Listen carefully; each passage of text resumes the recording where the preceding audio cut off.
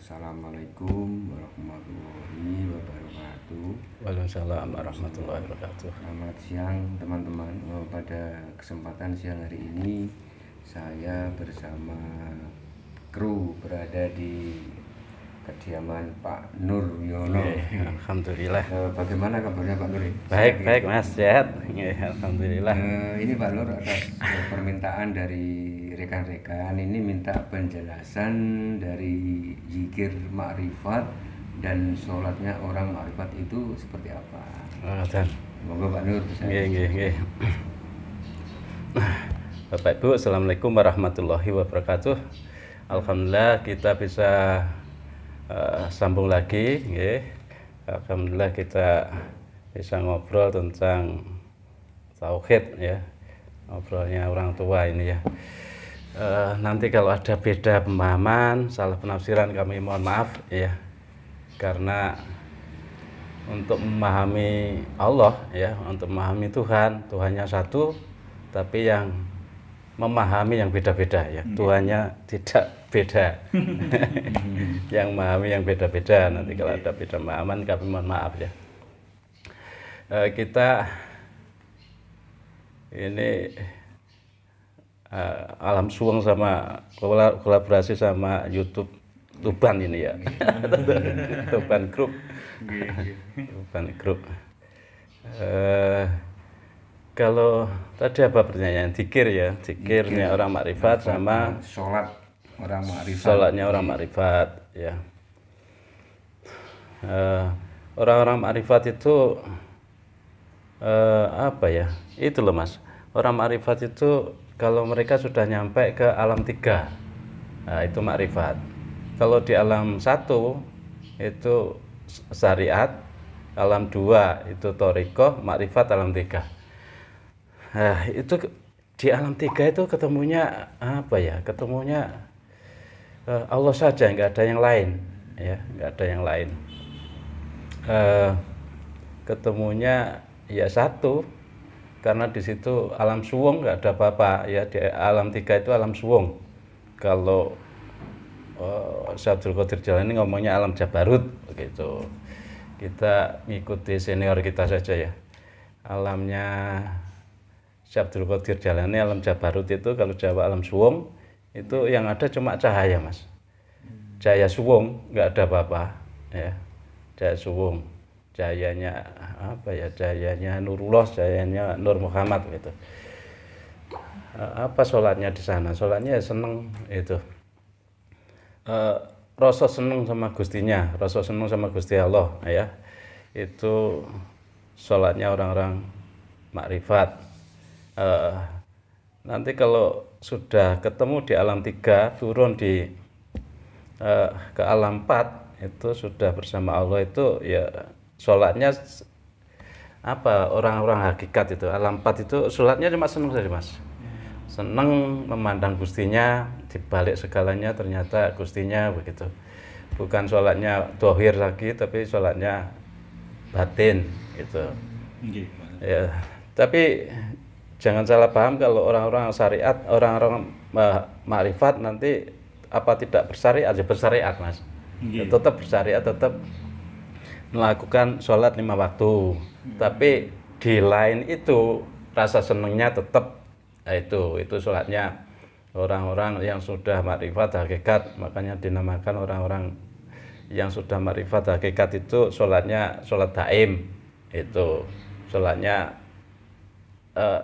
di apa, di rasa ya, rasa kita rasa seneng sama Gustinya itu. Kira itu zikirnya apa ya, zikirnya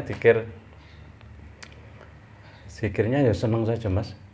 Tiap memandang sesuatu ternyata wujudullah ya, memandang sesuatu di balik itu yang hidup ya Gustinya satu gitu. Yaitu zikirnya zikir seneng, terus sholatnya seneng itu. Yang berat wudunya itu ya, mensucikan yang berat itu. Mensucikan apa? Mensucikan rasa senang sama selain Allah, itu wudunya orang-orang makrifat ya. Senangnya sama Allah ya, zikirnya zikir memandang segalanya ya Allah saja. Saya kira itu hakikatnya satu, balik segalanya cuma satu, nggak ada yang lain. Itu saya kira sholatnya sholat daim itu sholat roso mas, bukan diangan lagi tapi roso seneng sama Gustinya, saya kira itu ya. Ini Pak Nur, ada yang mengatakan bahwa zikir ma'rifat itu bahkan Jibril pun tidak bisa mengetahui. Itu maksudnya gimana ya Pak? Okay. Roso itu sudah masuk ke alam suwung mas, alam 3, alam 4. Alam 3, alam 4 itu yang apa, Roso itu yang tahu cuma Allah saja. Malaikat Jibril tidak bisa masuk ke alam 3 ya, yang bisa dikasih kamilah sama Allah itu cuma manusia. Ke alam Roso itu yang bisa merasakan senang susah itu cuma manusia ya, senang susah sama Gustinya ya. Senang sama Gustinya, kalau gak ketemu ya susah. Itu Jibril tidak bisa masuk ke sana. Jibril tidak bisa masuk ke alam 3. Makanya saat Nabi Mi'raj, malaikat Jibril berhenti di pintu Ma'rifat ya, pintu Ma'rifat, terus masuk sendiri yang antarkan hamba Nabi Ibrahim, saya kira itu ya. Sehingga kalau zikir ya yang tahu ya Allah saja, nggak ada yang lain. Kita antar manusia juga nggak tahu ya, yang tahu cuma Allah sama yang berzikir, saya kira itu. Ini Pak Nur, dalam istilah Isra Mi'raj itu kan Nabi Muhammad, beliau Isra Mi'raj itu kan menggunakan kendaraan buruk nih. Apakah buruk itu merupakan betul-betul semacam kendaraan seperti apa yang diceritakan? Padahal kan ada yang mengatakan bahwa Nabi Muhammad itu Isra Mi'raj hanya rohnya saja. Itu pandangan Pak Nur gimana ya? Itu masalah perdebatan nanti mas ya. Perdebatan antara ini perjalanan batin ke dalam atau perjalanan keluar begitu. Perjalanan intinya adalah, kalau perdebatan saya nggak berani komentar ya. Nanti komentar apapun pasti jadi perdebatan. Intinya adalah dari Mekah ke Masjidil Haram ke Masjidil Aqsa itu perjalanan dari alam ini loh mas, alam dohir ya. Mekah itu alam dohir ke titik mutmainah kita, ke titik akal kita, ke titik tenang kita. Setelah dari titik tenang, titik akal, nanti ke titik dari Masjidil Aqsa ke langit Sabtu itu ke titik alam suwung itu ya. Kalau untuk masalah ini perjalanan keluar atau ke dalam, nanti itu perdebatan, nanti enggak dari dulu jadi masalah. Saya nggak mau jadi konflik perkara itu ya. Itu dari dulu jadi pembahasan itu mas. Ada yang yakin perjalanan batin saja, ada yang lagi yakin itu pakai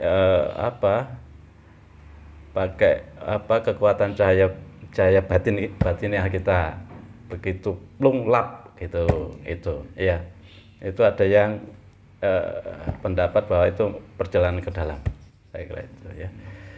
Sehingga mereka meyakini begitu, ya sudah diyakini saja.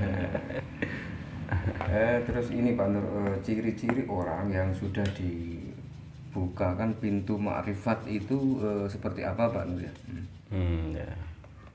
Nah, kalau kita lihat secara dohirnya nggak kelihatan mas ya. Itu nanti ada cerita lagi ya. Cerita lagi bedanya orang yang ma'rifat sama masih thoriqoh. Nanti ada cerita bubuksan sama gagang aking, nanti cerita satu video sendiri ya. Itu nanti masalahnya kalau lihat secara dohir kita tidak bisa, Mas.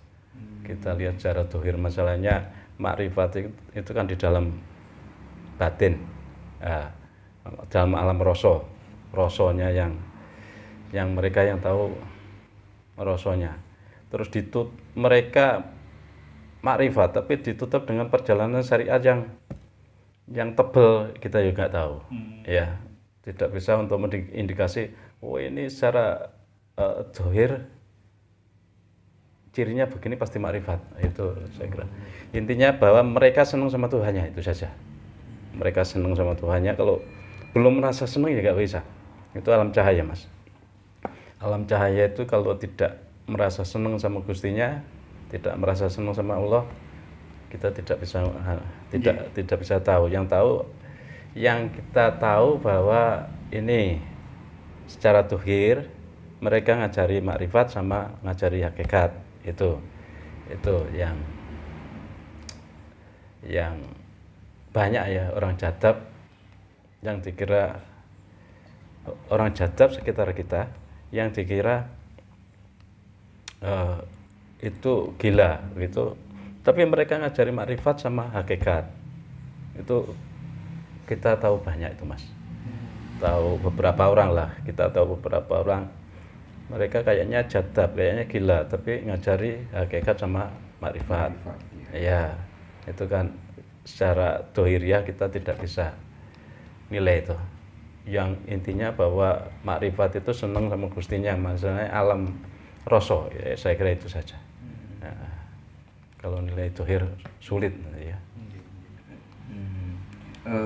Adakah perbedaan Pak Nur antara ahli syariat, ahli toriko, dan ahli makrifat ketika membahas tentang hubungan Nabi Muhammad dengan Allah? Gimana menurut pandangan? Itu kalau hakikat ya satu. Ya. Oh ternyata satu hakikat. Kalau syariat ya cuma oh ternyata ini loh. Gampangan itu kalau syariat memandang sesuatu segalanya itu ternyata yang tampak secara dohir itu ternyata oh itu hamba gitu. Tapi kalau orang hakikat manusia tuh oh itu wujudullah, itu kan repot wujudnya Allah. Kenapa? Karena tajallinya Allah semua gitu. Karena tajallinya Allah, yang produk ya Allah sendiri, ya dibalik itu ada kehidupan, ya kehidupannya Allah sendiri. Saya kira itu. Bedanya. Terus gini Pak Nur, bagi orang awam bagaimana cara bisa mengenal Allah? Ya belajar sama orang yang makrifat itu, Mas. Belajar orang yang sama makrifat, karena orang-orang yang makrifat yang bisa bercerita yang bisa ngajari. Ya. Nanti kalau ngajari itu cuma menghantarkan. Nanti kalau yang memakrifatkan ya Allah sendiri. Ya. Menghantarkan untuk menjadi makrifat. Yang memakrifatkan mereka ya Allah sendiri. Kita nggak bisa memakrifatkan. Soalnya kan ada yang mengatakan begini Pak Nur, siapa yang mengenal dirinya sendiri bahwa dia mengenal Allah. Itu gimana dengan pernyataan seperti itu Pak Nur? Bisa dijelaskan? Mengenal diri itu ya gampang, Mas. Itu kalau kita mengenal diri maka mengenal Allah. Kalau sudah mengenal Allah mereka fana begitu toh. Mengenal diri itu ternyata diri kita bukan diri kita gitu aja. Ya. Diri kita ternyata apa ya? Produknya Allah, ya. Diri kita nggak tahu ujuk-ujuk gitu, kalau Jawa ya ujuk-ujuk ada. Nanti ujuk-ujuk mati begitu. Itu yang mengendalikan fisik itu saja kita nggak bisa kok, Mas. Mengendalikan keadaan kita gitu kita nggak bisa. Kalau bisa ya semua orang pengen muda terus, ya ternyata berproses terus. Nah, itu prosesnya apa ya, prosesnya Gusti Allah yang bikin, ya saya kira itu gampang itu. Ini ada titipan pertanyaan Mbak Nur. Penjelasan makrifat zat, makrifat sifat, dan makrifat af'al itu bagaimana? ya semuanya Gusti Allah ya. Hmm. Semuanya Gusti Allah. Kayak ini loh Mas, apa ya? Kita bergerak ya yang gerakkan Gusti Allah. Ya, afal itu, afal ya. Zat kita ya yang produknya Allah. Ya. Semuanya semuanya ya produk Allah itu saja. Nah, itu gampang itu malah ya satu kok, satu yang wujud satu, yang wujud satu, yang hidup satu, yang gerak-gerik satu, yaitu nggak ada yang lain. Contohnya kalau dengan pengen sesuatu ya, Iya. pengen sesuatu dengan daya upaya sendiri ternyata gagal, itu cuma apa ya, angan-angan jenengan saja yang pengen, tapi semuanya kan campur tangan Allah semua, nggak ada yang tidak, satu pun tidak ada yang tidak ya. Contohnya orang-orang yang itu loh lumpuh Iya. itu kan mereka juga pengen gerak, ternyata begitu pengen gerak juga gerak-gerak Mas, kalau Allah gak izinkan gerak.